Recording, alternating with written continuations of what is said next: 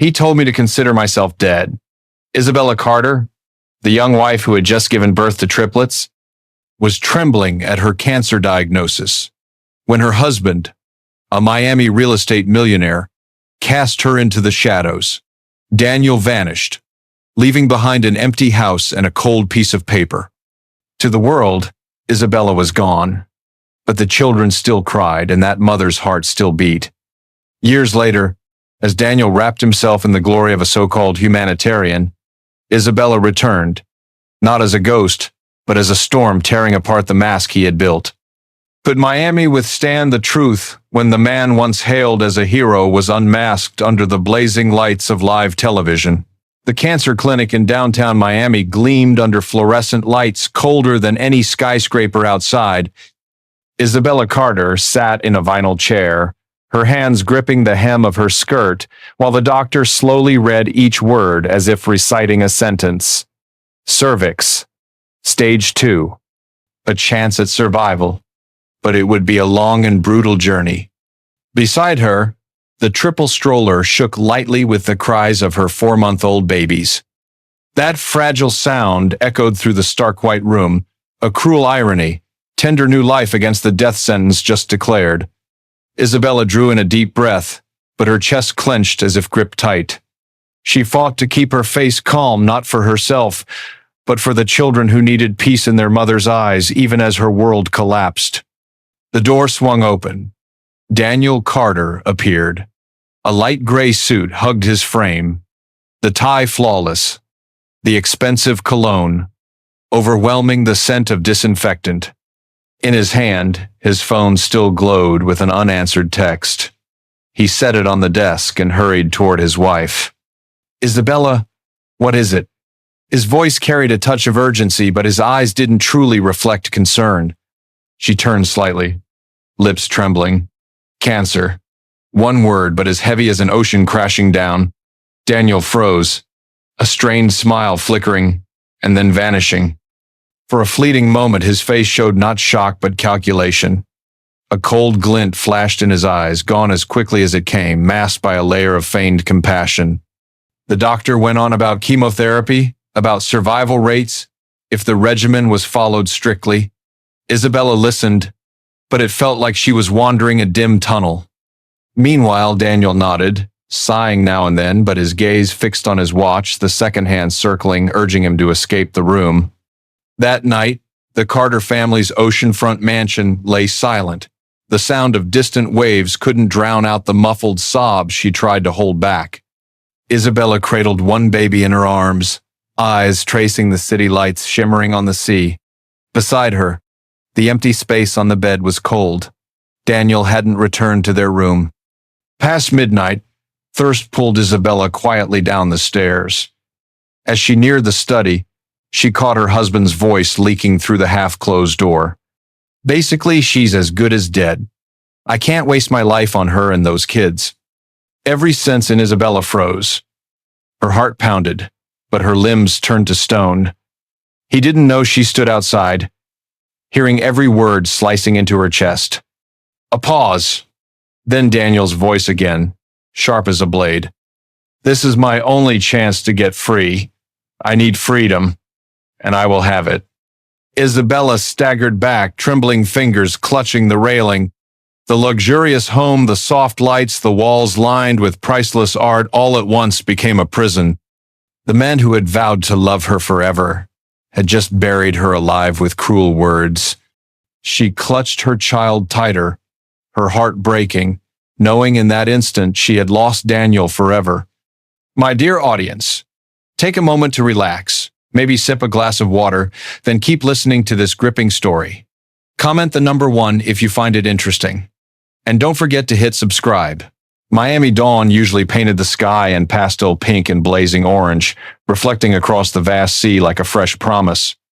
But that morning, the Carters' oceanfront mansion was flooded only with a harsh, cold light that exposed an eerie emptiness. Isabella Carter jolted awake to the sharp cries of her 3 babies. Their wails shattered the silence, sounding like alarm bells for a day that would be anything but ordinary. She reached to the side, seeking the familiar warmth, but touched only cold sheets, The other side of the bed was empty. Daniel wasn't there. At first, Isabella thought perhaps her husband had dozed off in the study or left early to avoid facing the truth of his wife's cancer. She picked up one baby, soothed the cries, and slowly walked downstairs. But when her eyes fell on the living room, a stabbing pain flared inside her. Half the closet was gone. Desk drawers hung open, papers scattered. In the garage, Daniel's sleek black sports car was missing.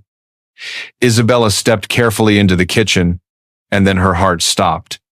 On the marble counter lay a single sheet of paper, scrawled in his familiar hand. "Don't look for me." Just 3 words. Short. Final. No explanation. No last embrace. No parting glance. Only a cold blade severing their life together. Isabella collapsed onto the tile floor, trembling as if her spine had vanished. Upstairs, the babies still cried, tiny voices merging with their mother's muffled sobs. On the walls, family portraits remained in perfect order: wedding photos in Paris, a luxury trip in the Bahamas, the ribbon cutting for his first real estate project. Every frame showed a radiant man, holding his wife and children as if love were eternal. Now every smile was a blatant lie. That day drifted by like a fever dream. Isabella tried to care for her children, but her body, ravaged by illness and exhaustion, barely held on. She pushed herself to the hospital for her scheduled chemotherapy, but her legs gave way. Collapsing in the hallway, the stroller bumped against the wall, the cries of 3 infants echoing through the sterile space. A familiar figure rushed over. Marisol, the Cuban nurse who had been on duty during her last treatment, knelt beside her, her face drained of color, trembling hands pressed against Isabella's wrist. The pulse was there, but faint. Isabella tried to speak, but her throat was dry, the words trapped. Before darkness closed in, she caught a last image. Marisol lifting one of the babies, eyes blazing with determination. When she woke, Isabella lay in the recovery ward. Pale fluorescent light fell across her gaunt face, her hair thinning from chemo. Beside her, Marisol sat quietly, cradling one child. The other 2, cared for by nurses, slept peacefully in a small crib. The scene was both tragic and miraculous. A quiet angel had stepped in to save all 4 lives. The next day, Marisol entered with a thick folder. She hesitated, then placed it in front of Isabella. "You need to know," her voice low and steady. Inside were bank statements. Daniel Carter had drained their entire savings right before vanishing. The money included the modest inheritance Isabella had received from her mother. Worse still, Daniel had filed a claim for her life insurance, declaring Isabella dead from cancer. The paperwork was rejected for lack of official documentation, but the intent was undeniable. He wanted to erase her on paper and claim everything. Isabella stared at the pages, her trembling hands clutching so tightly that her knuckles turned white. She could not cry. Her tears had run dry the night before. Instead, a hollow void widened inside her chest, swallowing her breath. The man she once loved and trusted had not only abandoned her, but had buried her alive through legal deceit. That night, the hospital room was so still she could hear the clock ticking.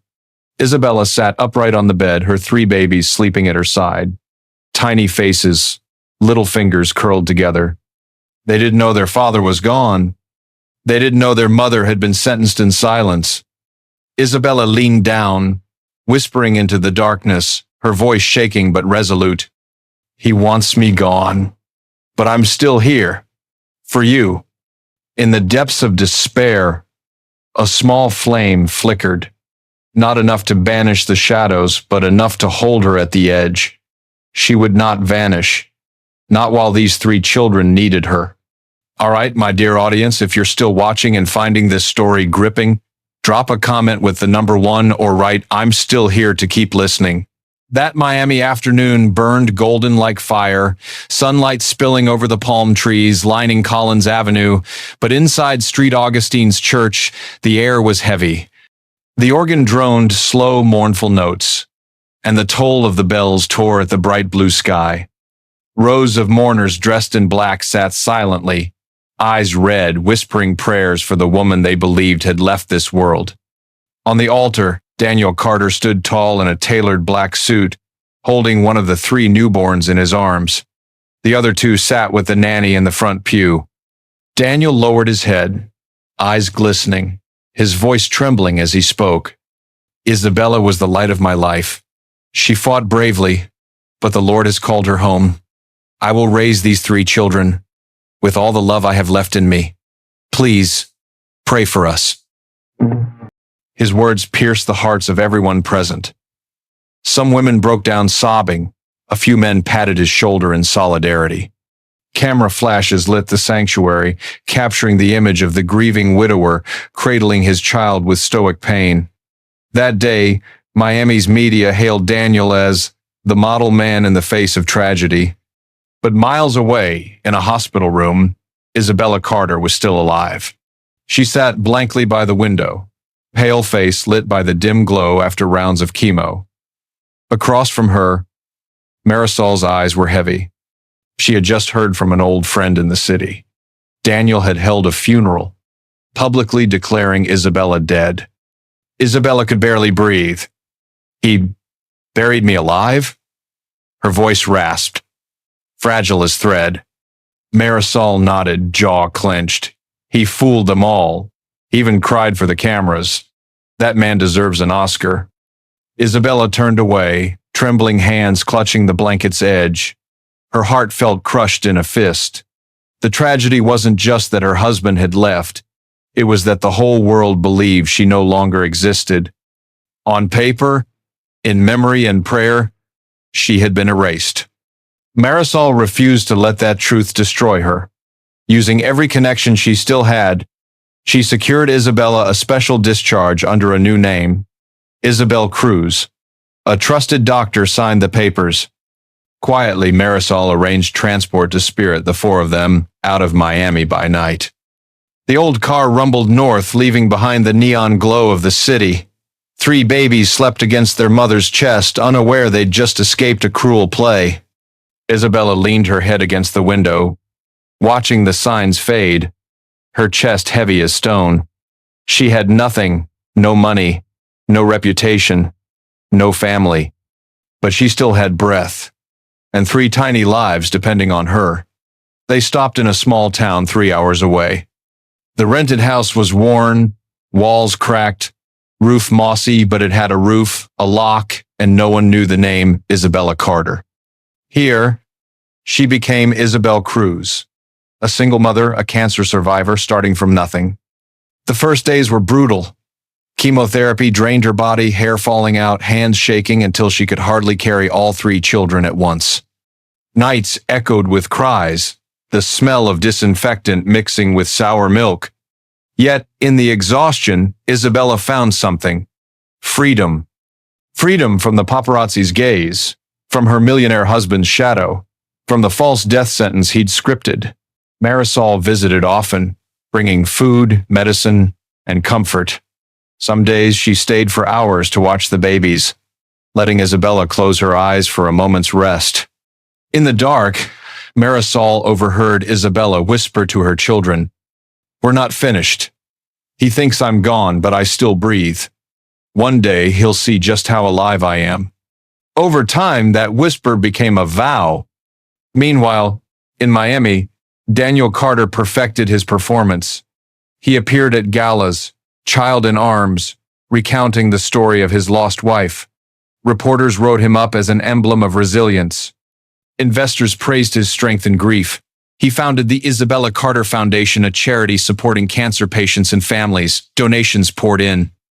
Photos of Daniel standing before the logo, eyes cast heavenward, splashed across magazines. The city adored him. No one knew that the woman behind the legend was still alive, struggling each day in a shabby town, raising 3 children on scraps of wages. As Daniel climbed higher into fame and fortune, Isabella quietly healed in the shadows. She wasn't yet strong enough to fight, but Marisol knew. When she came back, she would not be a victim. The only question was, how would the world react when the ghost of the past stepped into the light? Miami, A few years after the staged funeral, this city never sleeps, but now the name Daniel Carter was everywhere, on billboards for luxury real estate projects, in the glossy pages of high society magazines, and printed in gold lettering on invitations to glittering charity galas. Daniel had built an empire on two fronts, business and image. The young real estate mogul was now known as the man who rose from tragedy. He bought hotels, opened resort chains, broke ground on oceanfront skyscrapers. Every project was tied to a human interest story, a percentage of profits reinvested into the Isabella Carter Foundation, a charity in memory of his late wife, and to help women fighting cancer. On television, Daniel appeared composed and dignified, with Vanessa Hale, his new wife, at his side, a living symbol of healing and new beginnings. They smiled, hand in hand on the red carpet, framed by the charity's logo, Isabella's faded face printed on banners behind them. The media hailed Daniel as the man who turned loss into drive. Investors called him the golden model of the Miami spirit. And the real Isabella, now living under the name Isabel Cruz, could only watch it all through a small screen in her shabby rental.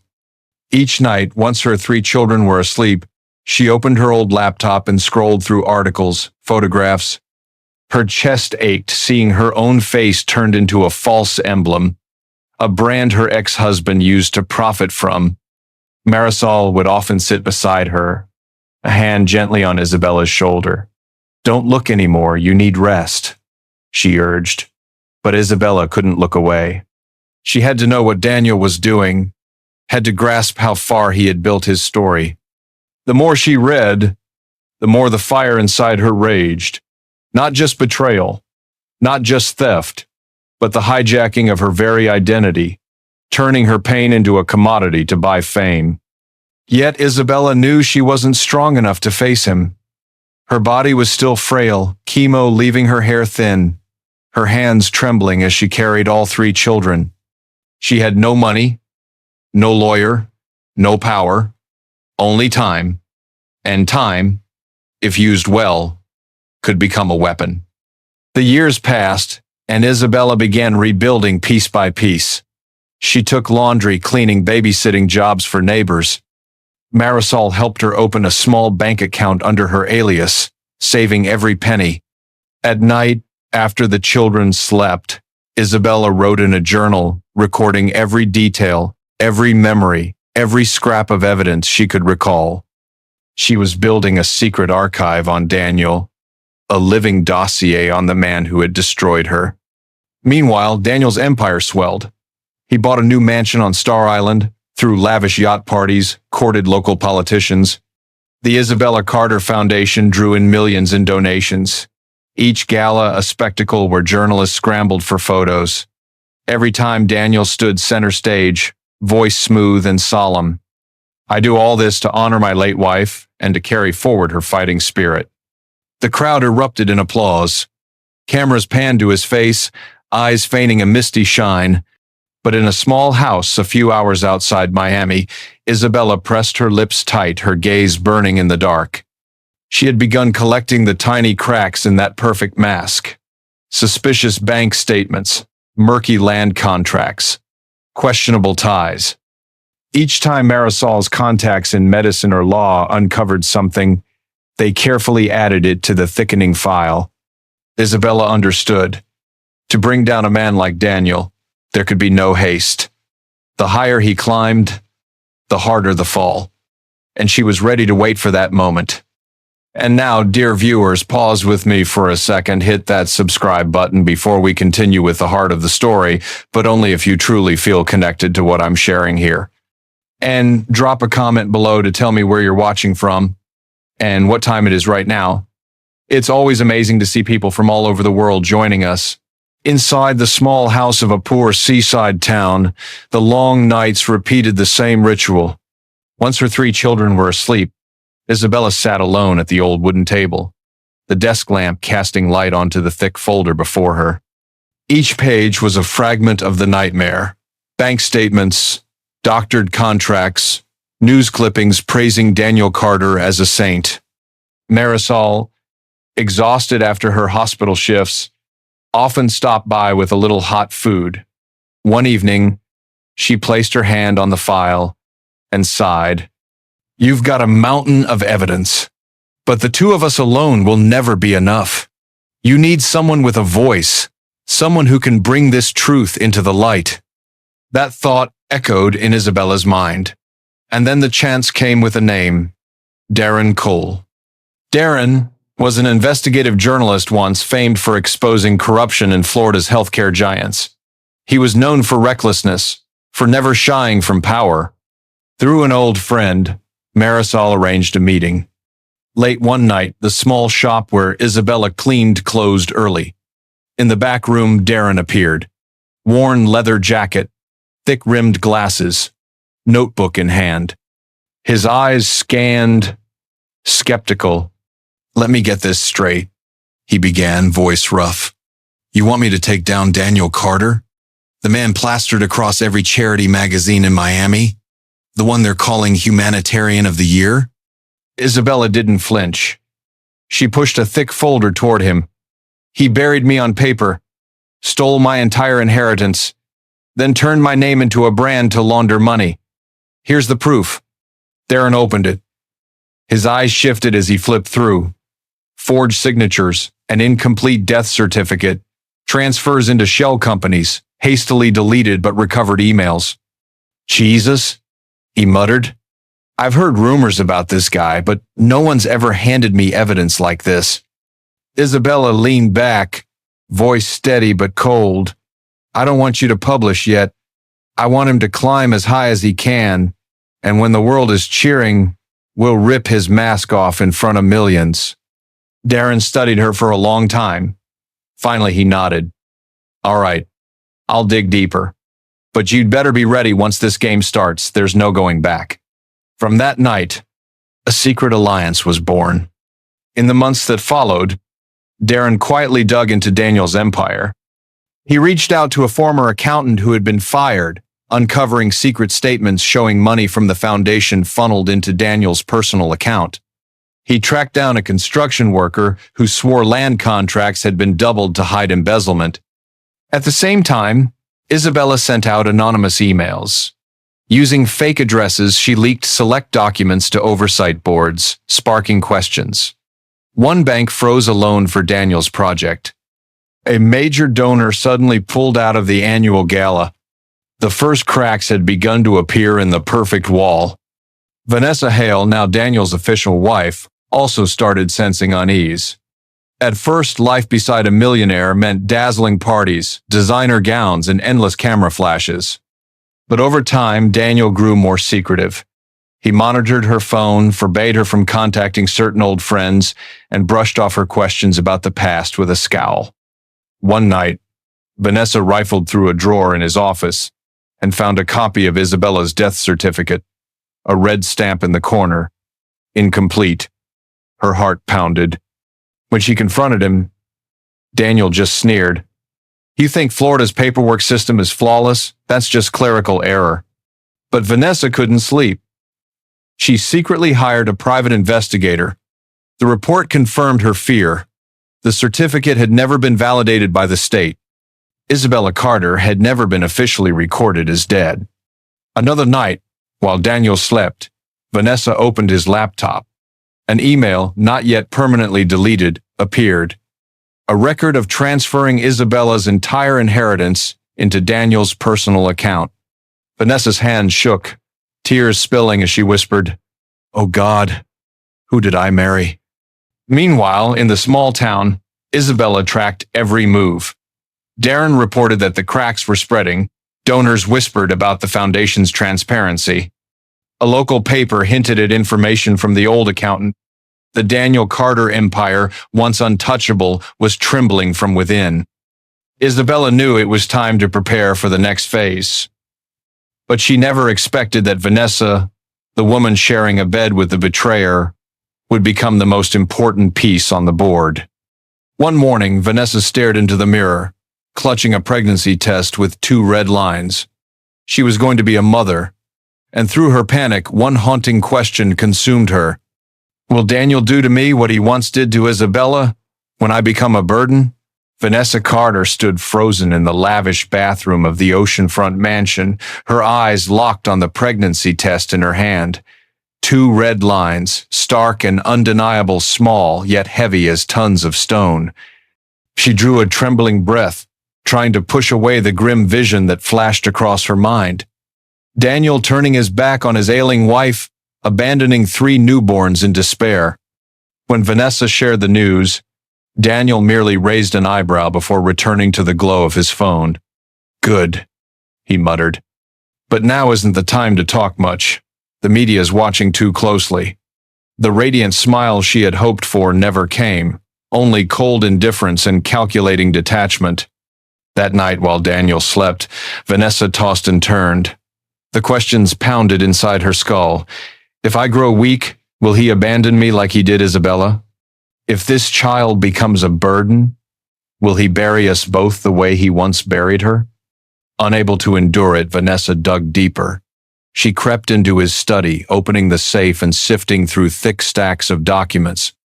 Among them, one old envelope stood out, Daniel's scrawled handwriting across the front.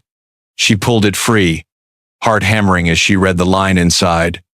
"Consider her dead already. I can't waste my life on her and those kids." Vanessa reeled.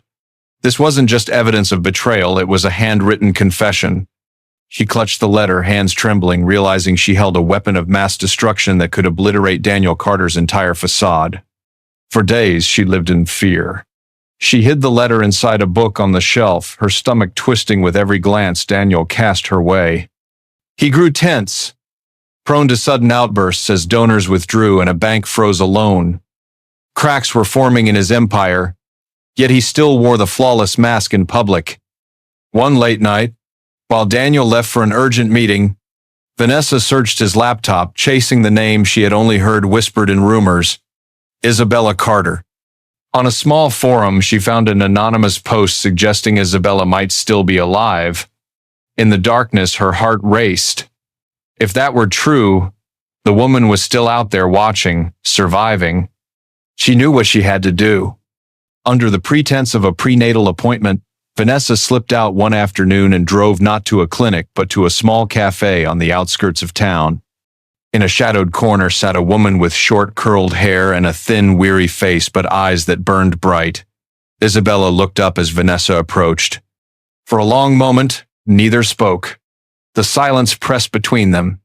Finally, Vanessa whispered, "He's done to me what he did to you.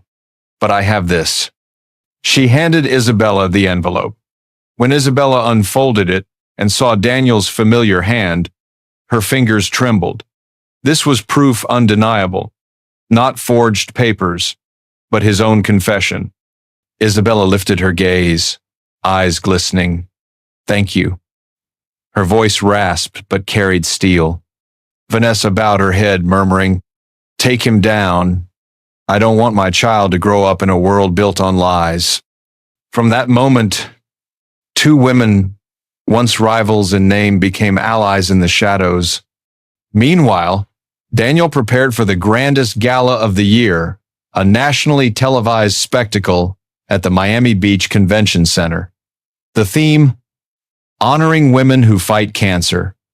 Once again, he would cloak himself in the story of the late Isabella to hide the rot beneath. But this time, Isabella wouldn't just watch from the dark. With evidence in hand, with Vanessa and Darren Cole by her side, she was ready. Marisol's words echoed, "Let him climb as high as possible, and then we'll drag him down." Now, that moment was close. The gala lights, chandeliers, and cameras awaited. Daniel Carter would step onto the stage in the glow of thunderous applause. But this time, before millions watching at home, a familiar figure would appear, the woman he once declared dead. The Isabella Carter Foundation Gala lit up the Miami Beach Convention Center, where hundreds of crystal chandeliers rained light down like scattered stars. Guests in glittering evening wear filled the grand hall, a piano's soft notes drifting through the air thick with luxury. Television cameras swept across the crowd, streaming live to millions nationwide. At the front, a towering banner declared, "Honoring women who fight cancer," annual gala of the Isabella Carter Foundation. On the invitations, Daniel Carter's perfect smile gleamed set against the faint, ghost-like image of his late wife, Isabella, used as decoration. Daniel emerged from backstage in a tailored black tuxedo, Vanessa at his side in a scarlet gown. Flashbulbs exploded. He smiled, the picture of a celebrated humanitarian. As he stepped to the podium, the room fell silent. "Thank you all for being here tonight," Daniel began, his warm voice perfectly pitched, his eyes shimmering with calculated tears. "Tonight, we remember a woman who inspired thousands, my wife, Isabella. Though she is gone, her spirit lives on in this foundation, in every smile we save." Applause thundered. Some dabbed at their eyes. Cameras zoomed in close, catching Daniel's face framed by noble grief. And then everything stopped. A ripple of murmurs stirred from the back of the hall. A collective gasp followed as heads swiveled toward the wide doors. Isabella walked in. She wore a long black gown that hugged her frame, shoulder-length curls brushing a face sharpened by hardship but blazing with light. Her steps were steady, unflinching. The chandeliers glinted against her pale skin, making her seem like she had risen from the grave. In a way she had. Daniel froze. His mouth fell open, but no words came. Cameras swung instantly to Isabella, lenses zooming with every step. The entire hall lurched to its feet, voices shouting, phones ringing, chaos erupting. Vanessa dropped her glass. It shattered across the polished wood floor. Without a word, she slipped off her wedding ring, laid it on the podium before her husband, and walked away without looking back. Isabella strode straight to the stage. Daniel staggered backward, color draining from his face. "Good evening." Isabella's voice rang clear, the microphone carrying every syllable. "I am Isabella Carter, not a memory, not a portrait. I am the woman you were told to remember. I am not dead. I was never dead." A shockwave tore through the hall. Gasps filled the air. Cameras cut back to Daniel, sweat breaking across his brow. Isabella drew a thick file from her clutch. "Here is proof that Daniel Carter forged my death certificate, stole my inheritance, and even filed fraudulent life insurance claims to profit from my supposed death.